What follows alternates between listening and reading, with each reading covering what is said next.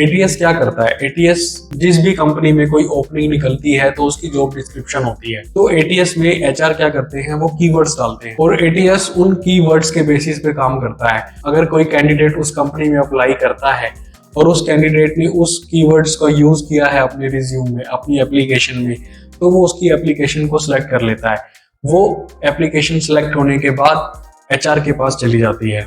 अब जब आप ऐसी 10-20 कंपनी 50 कंपनी में अप्लाई कर रहे हो बिना जॉब डिस्क्रिप्शन चेक किए, तो आपका रिज्यूम एटीएस में ही अटक जाता है, वो आगे पहुंच ही नहीं पाता एचआर तक। बेशक आपका रिज्यूम कितना अच्छा हो, आपका प्रोफाइल कितना अच्छा हो, आप भले ही बहुत अच्छे कैंडिडेट हो कंपनी के लिए, बट आपका रिज्यूम एचआर तक पहुंच ही नहीं पाता। फॉर एग्जांपल, अगर एचआर के पॉइंट ऑफ व्यू से देखूं, किसी जॉब पोस्ट में लिखा है टैलेंट एक्विजिशन और मैंने अपने रिज्यूम में लिखा है हायरिंग वर्क, तो मेरा रिज्यूम सिलेक्ट नहीं हो पाएगा। भले ही मुझे 13 साल का एक्सपीरियंस है, मुझे वो काम अच्छे से आता है जो एक दूसरा कैंडिडेट 2-4 साल के एक्सपीरियंस वाला कैंडिडेट नहीं कर सकता, और वो 2-4 साल के एक्सपीरियंस वाले कैंडिडेट ने उसमें टैलेंट एक्विजिशन अपने रिज्यूम में लिख दिया, उसका रिज्यूम आगे चला जाएगा।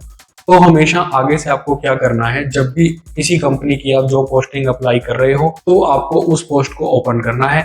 उसमें बेसिकली कीवर्ड्स चेक करने हैं, जॉब डिस्क्रिप्शन में जो मेंशन किया है उस जॉब डिस्क्रिप्शन को पढ़ना है और उन्हीं कीवर्ड्स को अपने रिज्यूम में ऐड करना है। जब आप इस तरह से अप्लाई करोगे, बट इसमें यह भी ध्यान रखना है कि आप जॉब डिस्क्रिप्शन पढ़ लो। अगर आपको लगता है कि मेरे को उसमें 70% जॉब डिस्क्रिप्शन मेरी स्किल के अकॉर्डिंग मैच करती हैं, तो आप उस कंपनी में अप्लाई करो। नहीं तो अगर ऐसे आप किसी कंपनी में अप्लाई करोगे, भले ही एटीएस आपका रिज्यूम क्लियर करके एचआर को भेज दे, बट जब आप एचआर के राउंड में जाओगे तो वहीं पे डिस्क्वालीफाई हो जाओ। तो वो टाइम वेस्ट करने से अच्छा है कि आप 1 या 2 जगह अप्लाई करें, जो बेस्ट कंपनी है, जो आपकी जॉब डिस्क्रिप्शन के अकॉर्डिंग मैच करती है। तो हमेशा इस रूल को याद रखना, हमेशा कीवर्ड का खेल होता है।